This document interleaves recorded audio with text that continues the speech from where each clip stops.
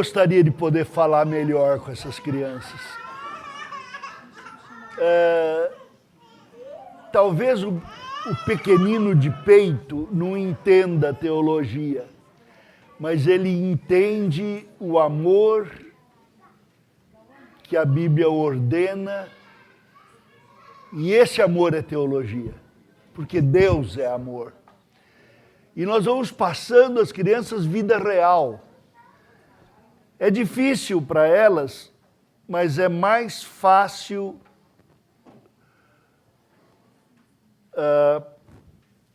do que para nós. Muito mais difícil entender esta questão de vivência da palavra de Deus. O que nós vamos ver hoje são princípios de pensamento cristão, solução de conflito, e quero ver rapidamente, para que gostem da mensagem, ela tem que ser curta, né?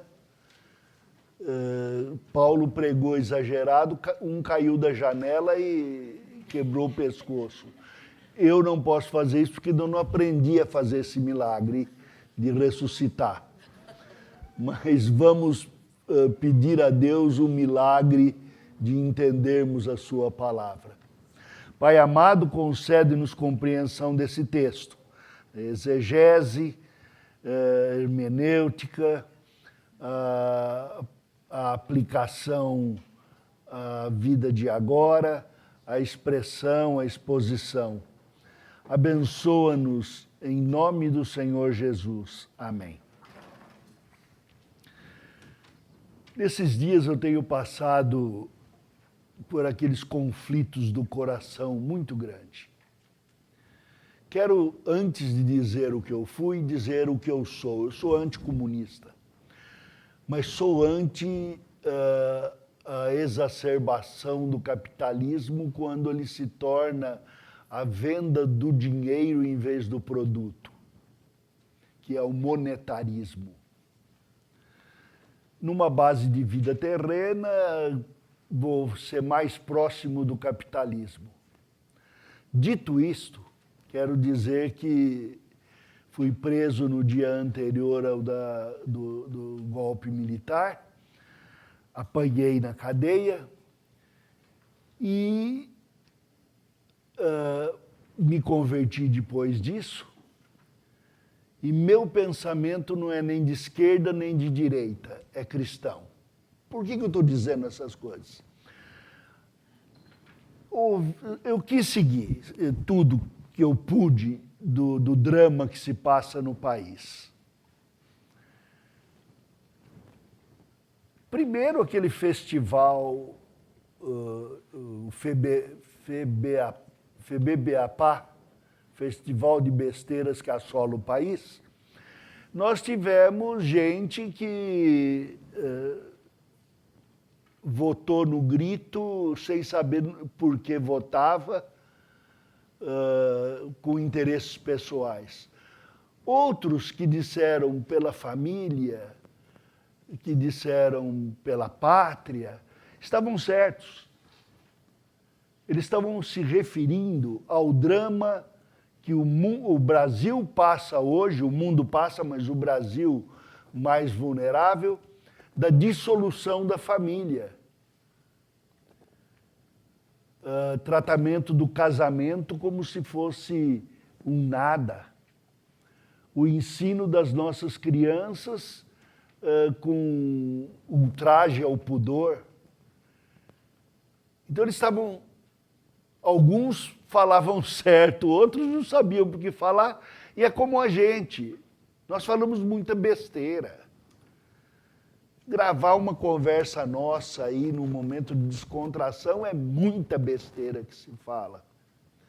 E aqueles homens estão lá para representar a gente fala besteira, eles vão lá e falam também. E nós temos que conviver com isso. Mas quando Bolsonaro saudou o Ustra, meu coração se constrangeu, me deu vontade de dar uma bengalada nele. Até um certo tempo eu estava indo com as declarações dele, gostando. Ele não é evangélico, não é crente. Mas ele passou por um partido com muitos cristãos, e eu achava, governo é governo, e está na terra e nós vivemos com esse governo. Mas quando ele saudou aquele general que foi torturador, que torturou a presidente do Brasil, eu me revoltei porque homem nenhum merece tortura. E não se saúda um torturador, mesmo que seja para mexer com a inimiga.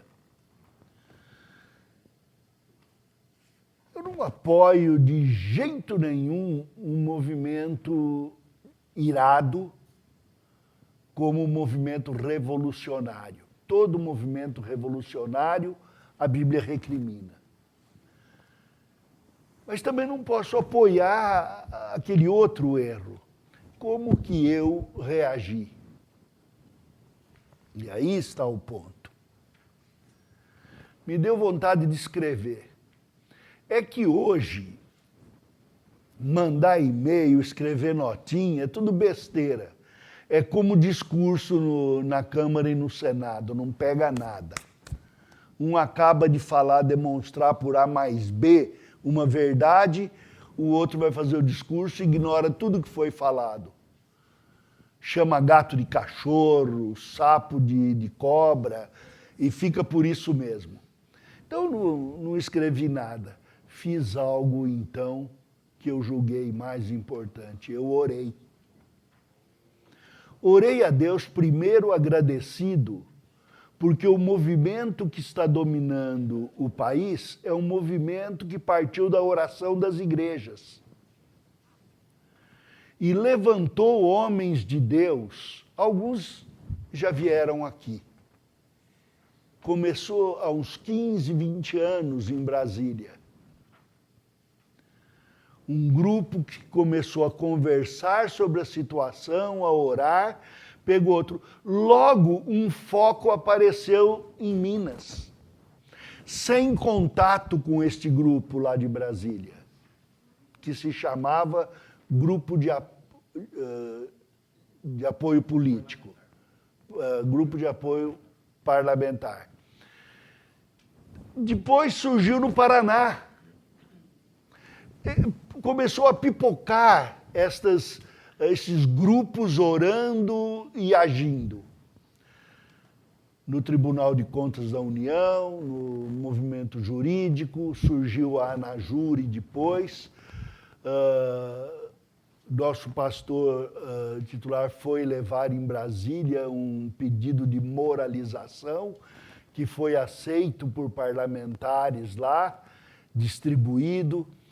Então, este movimento que cresce, até da boca de incrédulos, surge em nome de Deus. Eu não tenho religião, disse alguém, mas só obedeço a Deus e Deus me motiva a isso. São os Círios, os Darios da palavra de Deus movimentando. E quando alguns são iníquos e não querem, Deus os trata como a Nabucodonosor, fazendo comer grama para que aprendam e voltem ao senso. Como é que nós, crentes, vamos trabalhar com isso? Então, deixa eu fazer uma declaração.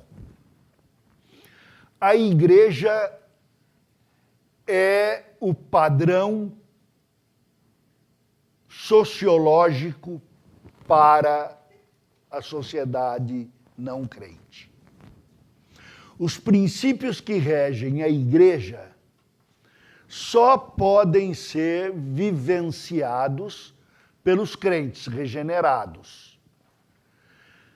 Mas esta luz que brilha para o mundo emite princípios que alguns podem ser apropriados pelo governo, pela sociedade e viver uma vida abençoada.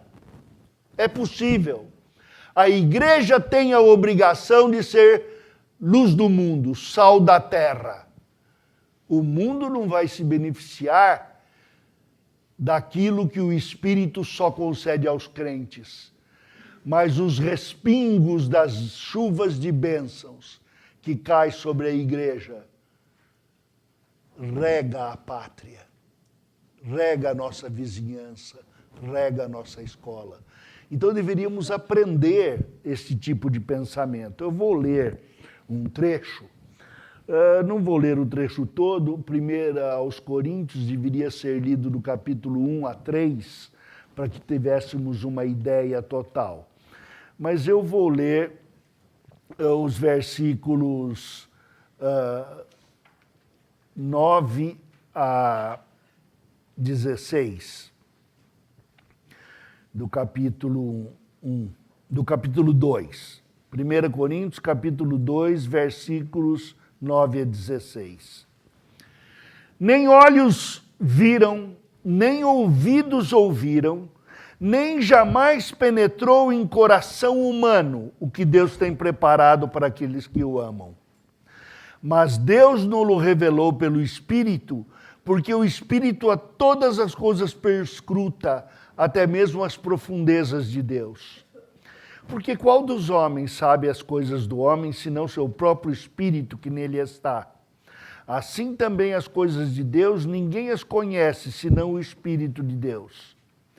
Ora, nós não temos recebido o Espírito do mundo, e sim o Espírito que vem de Deus, para que conheçamos o que por Deus nos foi dado gratuitamente. Disso também falamos, não em palavras ensinadas pela sabedoria humana, mas ensinadas pelo Espírito, conferindo coisas espirituais com espirituais. Ora, o homem natural não aceita as coisas do Espírito de Deus, porque eles são loucura, e não pode entendê-las, porque elas se discernem espiritualmente. Porém, o homem espiritual julga todas as coisas, mas ele mesmo não é julgado por ninguém. Pois quem conheceu a mente do Senhor que o possa instruir, nós, porém, temos a mente de Cristo.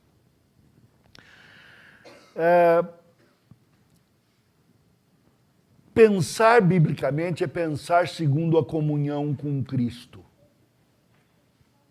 E será demonstrado na mensagem, no estudo do texto. Primeiro vamos ver o motivo. Por que que Paulo entrou nessa? O que estava acontecendo ali que Paulo precisou escrever estas palavras? Coisa muito conhecida nossa, conflito. Na igreja começou murmuração. Mesma coisa que foi o problema dos israelitas no deserto. No deserto, os israelitas começaram a dizer, Moisés era filho da filha de Faraó, matou um dos deles com um murro, depois veio, quer dominar sobre a gente, eu estou com fome, estou com saudade das cebolas do Egito, Moisés é mau governante, e a irmã dele ainda quer mandar, se chamar de presidenta, e o irmão dele já tomou o poder religioso, nepotismo, e já começou a murmurar. E Deus precisou puni-los com serpentes que picavam seus calcanhares. E providenciou que uma serpente de bronze fosse levantada, e todo aquele que olhasse e reconhecesse seu erro seria salvo. Figura de Jesus. Aqui em Corinto o problema era parecido. Eu vou mostrar que ele fala de governo. Uns se diziam de Apolo, outros de Paulo, outros ainda de Cristo. E nessa confusão, os que eram de Cristo eram os mais pecadores. Por que eu sei? Porque ser de Apolo é gostar de discurso. Gostar de Paulo é gostar de tratados teológicos. Mas falar que é de Cristo quer dizer, eu sou melhor do que vocês.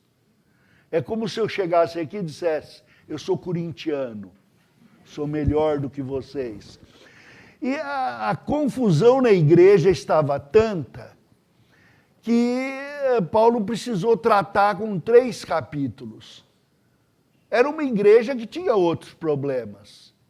Era um problema que discutia machismo e feminismo, vai ver aí para frente no livro. Era uma igreja que discutia a questão de linguística, se era língua conhecida, desconhecida, como é que interpretava. Uma igreja com todos os problemas. Eu ia brincar agora com os 7 pecados capitais, mas isso nem é. Uma igreja eivada de pecados. Mas Paulo achou importante tratar desse princípio. Por quê? Porque o princípio da autoridade está ligado ao princípio da soberania de Deus. Por esta razão, depois de falar que não deve ter outros deuses, que não deve se curvar a eles, que não pode usar o nome de Deus em vão, que tem que trabalhar e descansar conforme a ordem de Deus, ele diz, honra teu pai e tua mãe. Porque o princípio da autoridade fica estabelecido. E aí estava um problema de autoridade, a quem é que eu sirvo? Quando o Senhor Jesus já tinha dito, não se pode servir a 2 senhores. Isto é um princípio de administração, viu? Os que trabalham aí na área de administração, não se pode servir a 2 senhores. Não se pode servir a Deus e aos homens. E esse é um princípio do pensamento cristão que vai evitar conflito. É preciso obedecer antes a Deus. E debaixo de Deus, como Deus quer, honrar as autoridades, mesmo na desobediência. Mesmo na desobediência, honrar as autoridades. No caso aqui, deixe-me explicar, no caso do Brasil, como tínhamos dito antes, já 6 meses, 1 ano atrás, não podemos nos rebelar contra a ordem instituída. Não podemos nos rebelar contra a presidente do Brasil. A menos que ela se torne reprovável e um juiz estabeleça o que devamos fazer. E que foi o que aconteceu. Foi o que Deus nos concedeu. Ela foi contra o princípio maior da nação, a Constituição, e um juiz então declarou que os juízes declararam que a coisa poderia ser feita da maneira como estão fazendo. Paulo quer que aprendamos este princípio. Então ele começa aqui mostrando que o nosso princípio é mais alto. Olha aí os professores, os cientistas da antropologia, da sociologia. A palavra de Deus começa dizendo que não é pelos sentidos que se aprende a sabedoria.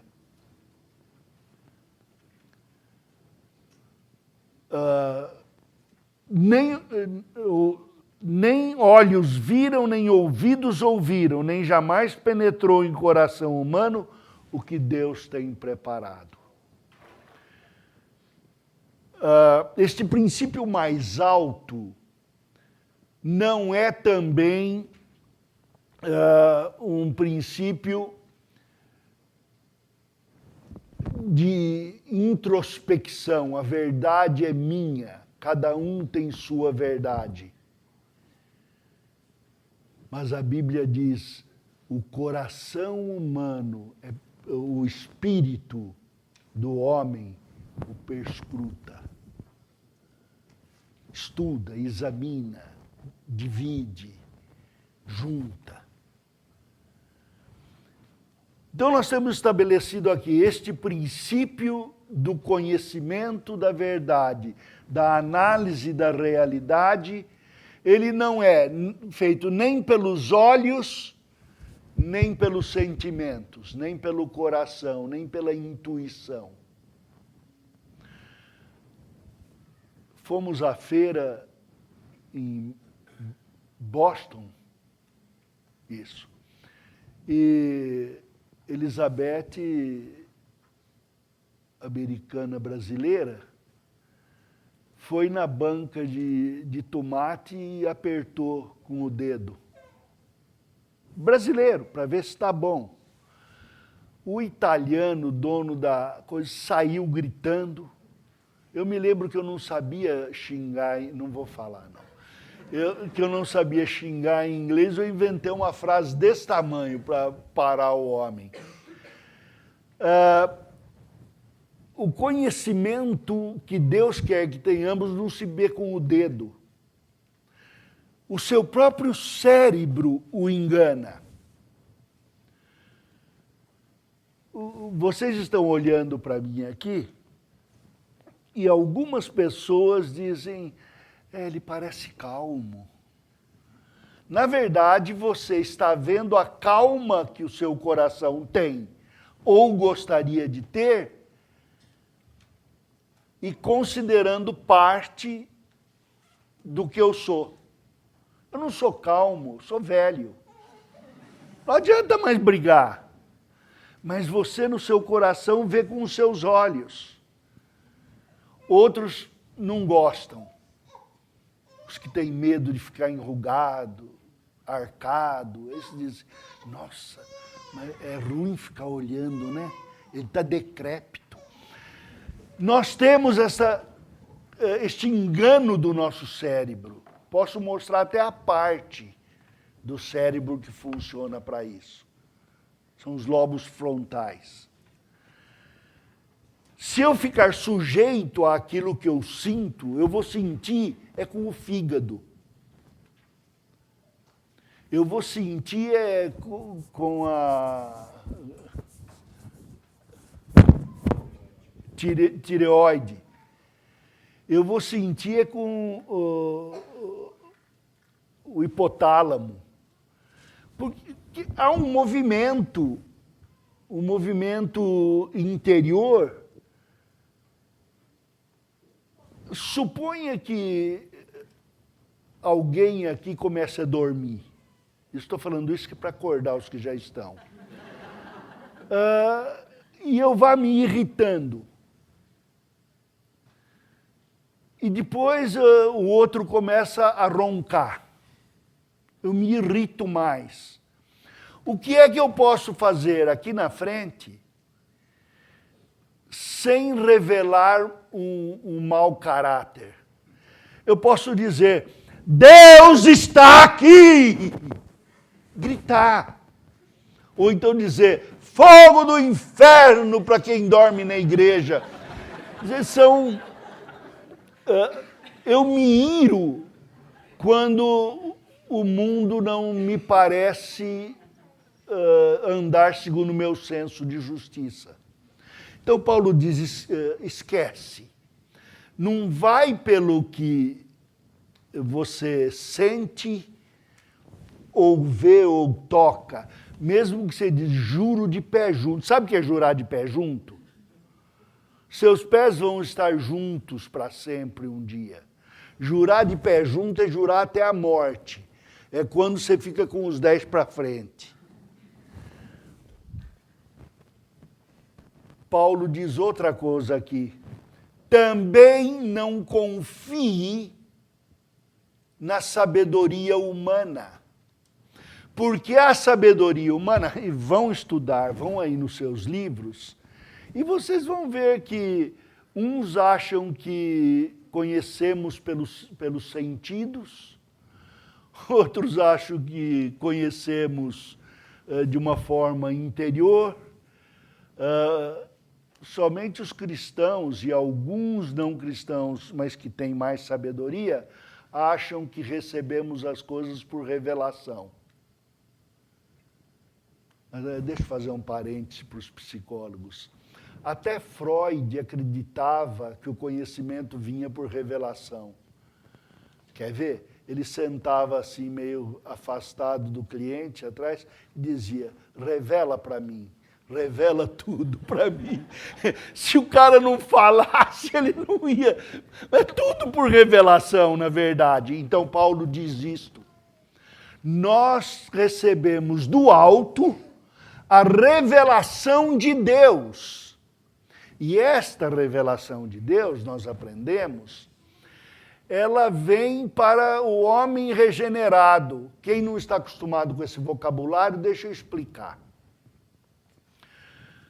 Um dia, Nicodemos, um maioral lá dos judeus, do meio do governo, tudo, foi procurar Jesus e Jesus disse, Nicodemos, se você não nascer de novo, você não vai entender o que eu estou dizendo. Nicodemos empacotou, meio que virou espírita, perguntou, eu volto no ventre da minha mãe e nasço de novo? Como é que é esse negócio? E o Senhor Jesus explicou, por causa do pecado de Adão e Eva, os primeiros homens, nós fomos atingidos pelo pecado e decaímos. Todos os homens nasceram decaídos.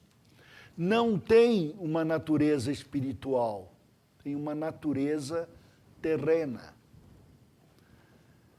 E se não nascer de novo, não vai poder compreender as coisas de Deus, as coisas do alto. Mas como é isso? O Senhor Jesus Cristo, Deus, entrou na raça humana, se fez homem, para pagar pelo pecado do homem, morreu na cruz do Calvário e ressuscitou ao terceiro dia, adquirindo o poder, ou o direito, de exercer o poder de dar vida àqueles que nele crescem, aos que são chamados pelo amor de Deus. Esses, pelo Espírito Santo, nascem de novo e adquirem uma dimensão espiritual. E é disso que ele está falando aqui. Deus nos revelou pelo Espírito, porque o Espírito a todas as coisas perscruta, até mesmo as profundezas de Deus. Porque qual dos homens sabe as coisas do homem, senão o Espírito que nele está? Assim também as coisas de Deus, ninguém as conhece, senão o Espírito de Deus. O que a Bíblia está dizendo aqui é que o homem regenerado pode olhar o mundo e discernir o mundo segundo a mente de Deus. Ou como dizia Van Til, após os pensamentos de Deus. Uma liçãozinha que só quando vocês usam depois e após, é diferente. Depois é uma coisa que acontece seguindo a outra. Após é o ato de seguir alguma coisa. Então, por exemplo, após os pensamentos de Deus, quer dizer, seguindo os pensamentos de Deus. Não é depois do pensamento de Deus. Deus, o senhor pensa aí que depois eu penso aqui. Não. É seguindo os pensamentos de Deus. As profundezas de Deus que ele está se referindo aqui, em Provérbios, capítulos 8 e 9, fala muito sobre isso. A Bíblia inteira fala sobre as profundezas de Deus. Os planos de Deus, os projetos de Deus, como Deus revela como as coisas são. Somente o homem regenerado pode compreender as causas e as consequências. Mas Deus concedeu ao homem que o Espírito dele conheça ele mesmo e a quem ele revelar. O homem também pode se revelar ao outro, mas só o Espírito do homem conhece, e o Espírito de Deus conhece as profundezas do homem.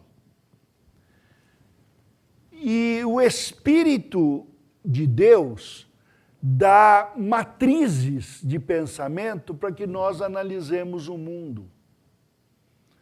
Vá a outros textos bíblicos, como, por exemplo, Romanos 1, 18 a 32, e veja como Deus diz que o homem não regenerado deforma as coisas que considera.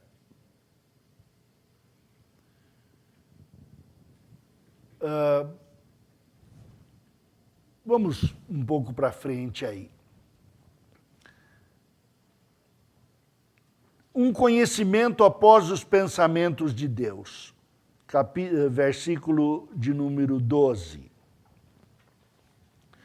Ora, não temos recebido o Espírito do mundo, e sim o Espírito que vem de Deus, para que conheçamos o que por Deus nos foi dado gratuitamente.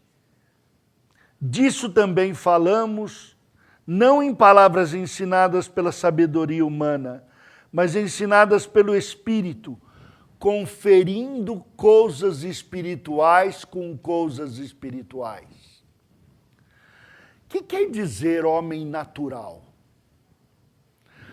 A palavra no original é psíquicos. Não estou dando lição de linguística, só dizendo que a palavra psique é aqui usada. É o homem psíquico. Mas o que quer dizer? É um fantasminha dentro da máquina? Uma alminha? Não, o que ele está dizendo aí que é o complexo do homem físico e do homem não físico, sua mente, seu espírito, sua alma, são colocados para agir segundo o governo de Deus. Mas o homem não regenerado e os crentes, os nascidos de novo, que não crescem na palavra, que não são amadurecidos, que ele chama de carnais, que são os homens do pensamento natural. Pensamento natural é simples. Me xinga de velho e eu te dou uma bengalada. Porque há uma reação visceral. Eu gostei dessa expressão do Jefferson, né? Lembra? Alguns anos atrás ele disse, eu tenho uma reação visceral com o mensalão. E ele que foi comensal do mensalão, depois não gostou da ideia e denunciou. Mas essa reação visceral é a que ele chama de natural. Primeiro, eu vou fazer aí uma religião. E na minha religião todo mundo vai ser salvo. Essa daqui, Davi, eu vou ganhar dinheiro com essa religião. É o seguinte, existem múltiplos mundos. E todos os mundos têm o que esse mundo tem. Em cada mundo tem um Vadislau. E em cada mundo Jesus morreu para salvar aquele mundo. Mas só um dos Vadislau será salvo, o resto vai ser condenado. Mas o que importa? Um Vadislau vai ser salvo, dá para o gasto. Então, no final, todo mundo é salvo. E daí vocês podem se esbaldar e pecar, porque um de vocês vai ser salvo. Isso. E ganhar dinheiro para quem quiser entrar na minha religião. O que custou a mim isto? Primeiro, saber que existe uma religião. E segundo, ser contra Deus. Carl Sagan escreveu diversos livros contra Deus. Mas assim mesmo, Deus não existe. Precisaria, mas não existe. Há um lugar aí que fica faltando Deus. É um buraco, um vazio. Freud escreveu 2 livros contra Deus. Então, a base do pensamento humano é tirar Deus da história. E quando eu leio qualquer trabalho que tira Deus da história, Marx, por exemplo, ou que aplique errado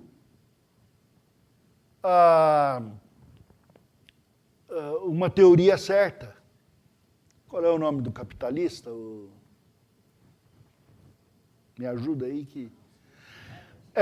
Adam Smith, ele pegou e disse: o cristianismo é capitalista.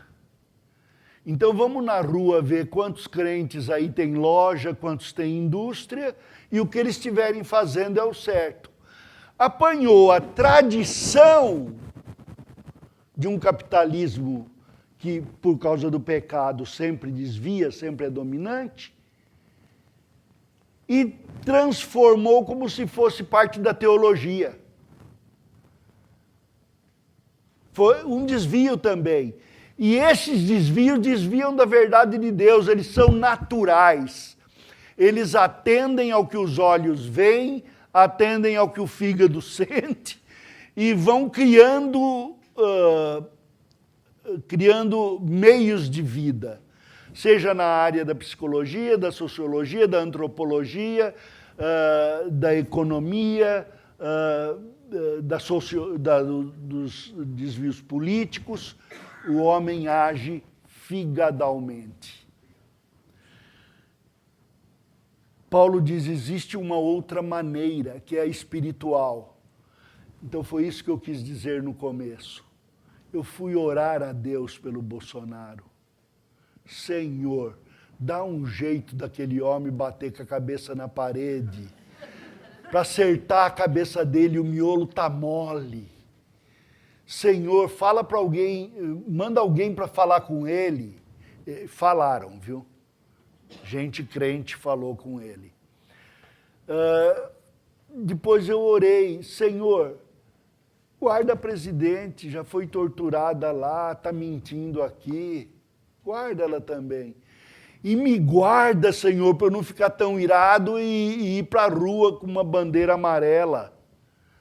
Bandeira amarela é aviso de que vai descer a lenha. Quer brigar? Olha, no meu tempo, a gente andava com um saco de rolha. Quando a cavalaria vinha, jogava a rolha no asfalto e os cavalos abriam as pernas e se ajoelhavam. Quer ensinar a brigar, a gente briga. Mas o Senhor Deus diz, não é por aí. A paz de Deus, que excede todo entendimento, guardará o coração.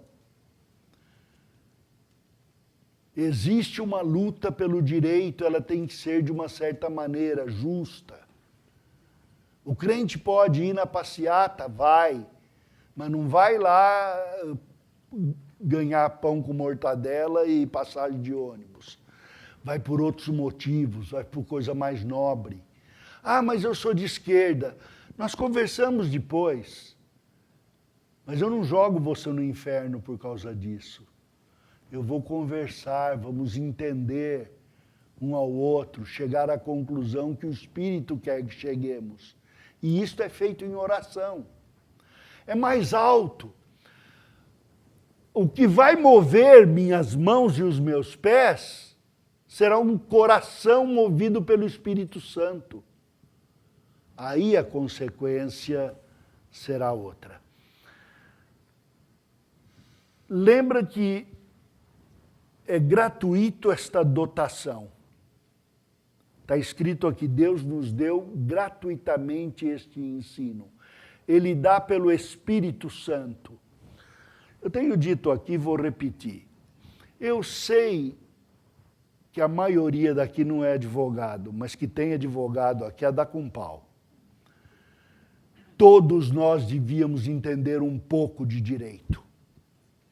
Já novo, eu fiz 2 cursos de filosofia do direito na Universidade de Brasília. Por quê? Eu não sou advogado. Mas quando falar com um, eu quero entender. Querem saber por quê?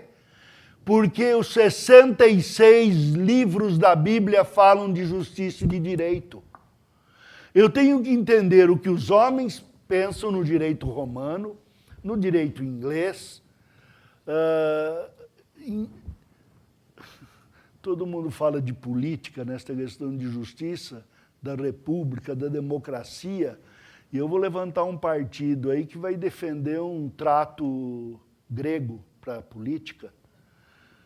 4 anos de governo, 4 anos exilado em algum outro lugar do mundo para aprender. Que era isso que eles faziam, que era o ostracismo. Mas nós pegamos naturalmente. Então eu devo entender disso para saber do que estão falando e saber do que eu devo dizer. Não sou matemático.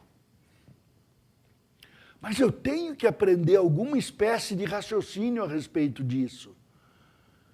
Porque a Bíblia fala de meses, dias, anos, multiplicação, divisão. E eu tenho de entender deste processo. Não entendo de engenharia, mas se Deus mandar construir uma arca ou mandar construir um templo, como é que eu vou fazer? Nós somos diversos homens e mulheres de diversas instruções, que nos abençoamos uns aos outros, nos instruindo uns aos outros, que é o plano da palavra de Deus. De graça, Deus nos dá essa possibilidade de aprender. Então você tem de estudar o que a Bíblia fala a respeito de todas essas coisas. A Bíblia tem o que dizer sobre cada palmo, cada noção, cada aspiração desta vida. E, finalmente, nos versículos 14 e 16, diz: ora, o homem natural não aceita as coisas do Espírito, porque lhes são loucura, e não pode entendê-las porque elas se discernem espiritualmente. Porém, o homem natural julga todas as coisas, mas ele mesmo não é julgado por ninguém. Ficou feio aqui nessa tradução, eu não sou julgado por ninguém. Não, o que está escrito aqui é outra. As coisas de Deus se discernem espiritualmente. Vamos ver lá. Naturalmente. Vocês gostam de omelete? Muito. Um ovo basta para você? Depende da fome. E um ovo de ema ou de avestruz? É preciso discernir, não é? Eu acho que não depende da fome, porque um ovo de avestruz aí não come sozinho, não. Come com um pedaço de pão. As coisas espirituais se discernem espiritualmente também. E o homem do mundo não vai entender. Mas temos de pregar a estes homens do mundo. Nós podemos usar o texto bíblico com sabedoria. Não precisamos mandar ninguém para o inferno. Havia um evangelista que nas ruas de Santa Cruz do Rio Pardo, que ia de casa em casa, batia, quando a pessoa atendia, ele dizia: já ouviste falar de Jesus Cristo? A pessoa dizia: não. Estás no inferno, e passava para outra casa. Ele mandou mais gente para o inferno do que Roberto Carlos. É com sabedoria. Não é jogar versículo, metralhar versículo, atirar versículo com estilingue. Mas entra na casa do seu vizinho e ensina-o a sair da pobreza por meio do trabalho. E se ele não tiver trabalho, cria um trabalho junto com ele. Nós estamos nos planejamentos de ajudar a gente com trabalho e a produzir. Vamos enfrentar tempos difíceis e percebemos, os crentes pegam rápido, o não crente vai devagar, mas ele é até certo ponto ensinável. E é essa visão que devemos dar. A Bíblia fala de bem-estar antes de salário. E só fala de salário quando ele se presta ao bem-estar. Bem-estar tem mais valia. E quando aprendemos isso, podemos ensinar, motivar corações. Isto numa área. Quanto a nós, não é que não vamos ser julgados, qualquer um pode me julgar. Se eu estou certo ou estou errado, está na cara. E o incrédulo tem todo o direito. Diz a Bíblia que se nos amarmos uns aos outros, os incrédulos julgarão que somos de Cristo. E se não nos amarmos, certamente dirão que não seguimos a Cristo. O mundo está aí para julgar. Mas diz, o mundo não pode perscrutar meu coração, o mundo não vai entender meu motivo, o mundo não vai saber por que é que eu faço aquilo. Vou produzir aí algo de uma pessoa que nem é evangélica. Madre Teresa de Calcutá estava lá limpando um leproso, uma americana daquelas bem no mitox, passou e disse, não faria isso nem por 10 milhões. E ela disse, nem eu. É preciso entender o motivo do coração. E é isso que leva a buscarmos a única solução possível. E a Bíblia então diz, pois quem conheceu a mente do Senhor que o possa instruir?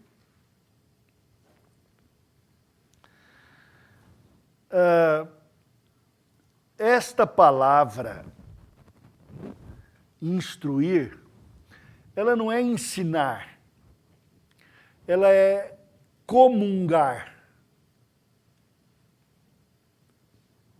apropriar-se, tornar junto com a mente de Cristo. A mente de Cristo está expressa para homens, ela é bem maior, mas está expressa na Bíblia. E o conhecimento da palavra de Deus imprime em nós a mente de Cristo. É o que ele pensa. O que Cristo pensa está nas palavras dele, nas palavras inspiradas da Bíblia, até o que ele pensa do diabo está lá. Até o que ele pensa sobre o mal está lá. E nós podemos aprender com a mente de Cristo a vivenciar. Quando vocês tomaram a ceia, não é só assim, ó Senhor, hoje eu gritei com minha mulher, vou tomar a ceia, então dá uma perdoada aí, está limpo enquanto eu tomo, senão um raio cai na minha cabeça. Não é assim não. Comungar a Santa Ceia é dizer, Senhor, eu estou querendo deixar de ser homem natural e estar bem próximo de Ti no Espírito. Essa aqui é a palavra. Mas o que nós queremos dizer é, Paulo estava falando sobre sábios deste mundo, poderes deste mundo. A palavra ali é governantes. Estava falando a respeito de governo. Grande parte dos conflitos da igreja era por causa que estavam discutindo quem é que manda mais. É Apolo, é Paulo, é Cristo. Vamos ver quem é que manda. E nós vivemos a nossa vida discutindo poderes, discutindo, mano, quem é que pode mais? Quem é que tem carro melhor?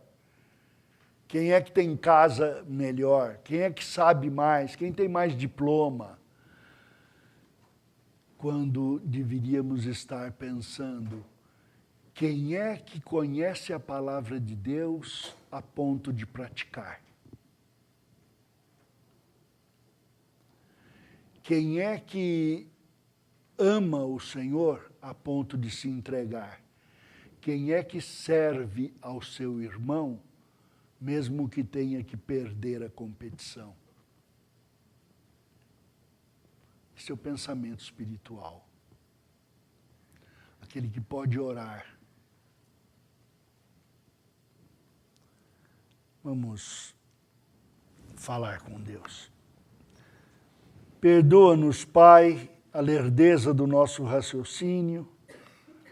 Perdoa-nos a falta de expressão. Mas dá-nos o teu pensamento, Pai. Dá que compreendamos a expressão bíblica nas exposições que temos ouvido, nas leituras que temos feito, para que as obras de nossas mãos sejam segundo a tua palavra e o teu Espírito. Concede a nossas famílias que nossos filhos estejam no caminho do Senhor, aprendendo a pensar biblicamente. Concede ainda àqueles que estão de longe olhando o teu Evangelho. Concede que creiam, a despeito destas bocas que pregam, a despeito de nós, que eles creiam por causa de Jesus Cristo, teu Filho, pela cruz, pela ressurreição, e venham a comungar conosco a mente de Cristo. Em nome dele, amém.